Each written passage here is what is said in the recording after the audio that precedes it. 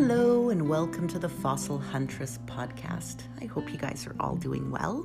Today on the show we're going to fly over the world to Kazakhstan on the eastern coast of the Caspian Sea, where they've got beautiful Cretaceous Albian deposits.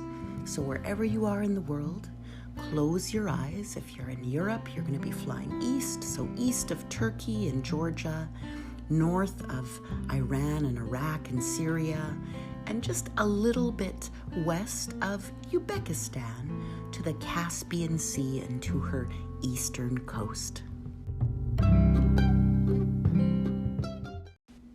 On the ARCHEA blog this morning, I posted a tasty block of Semenovites michalskii ammonites, and these hail from Cretaceous Albian deposits that outcrop in the Mangyshlak Peninsula, and that's on the eastern coast of the Caspian Sea in Kazakhstan.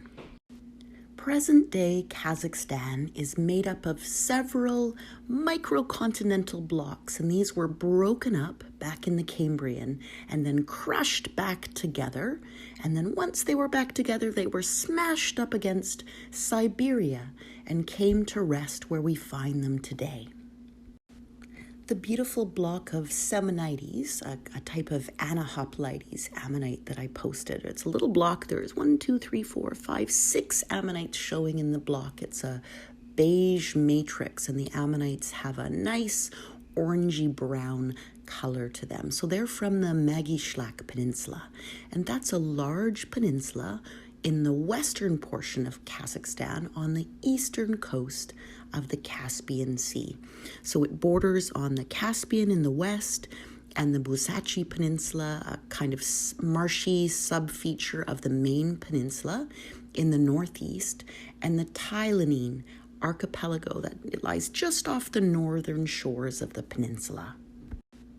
Kazakhstan is a beautiful country. About a third of it is made up of lowlands, and then there's a huge expanse of hilly plateaus and plains that account for nearly half of the country.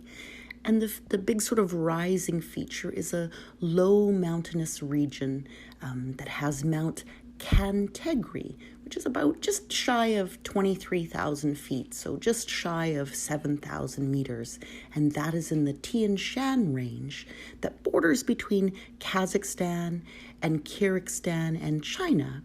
And it contrasts nicely with the flat, rolling terrain of most of this republic. The western and southwestern parts of Kazakhstan are dominated by the low-lying Caspian Depression, which at its lowest point is about 95 feet below sea level. South of the Caspian Depression are the Uyurt Plateau and the Tupkwargan, formerly the Mangyshlak Peninsula, which jut into the Caspian Sea. Vast amounts of sand formed the greater Barsuki and Aral Karakum deserts that border the Aral Sea, the broad Bet Pakdala desert of the interior, and the Mumkum and Kikalum deserts in the south. Both of these desert regions support very slight vegetative cover, so it's thin soil and it's watered by the subterranean groundwater, but these plants have to work hard to eke out an existence. Depressions are filled by salt lakes whose water has largely evaporated, and these dot an undulating upland of central Kazakhstan. In northern Kazakhstan, the mountains reach about 5,000 feet, and we see similar heights in the Ulata Mountains in the west and the Chinstao Range in the east. In the east and southeast, mastiffs, so enormous blocks of crystalline rock, are furrowed by valleys. The Altai mountain complex in the east sends 3 ridges into Kazakhstan, and farther south, the Tabriktay range is an offshoot of the Naren-Kolbin complex.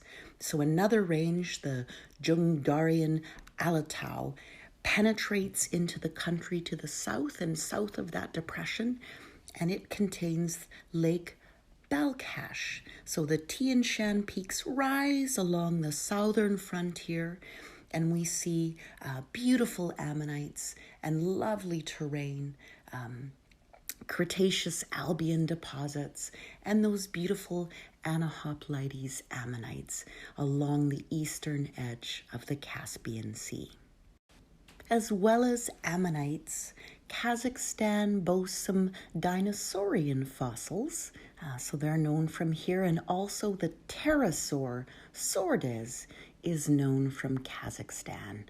We see some shark teeth, and you see some of these available commercially when you look online, but my favorite of all the Kazakhstan fossils are her ammonites. So I hope you get to go there one day.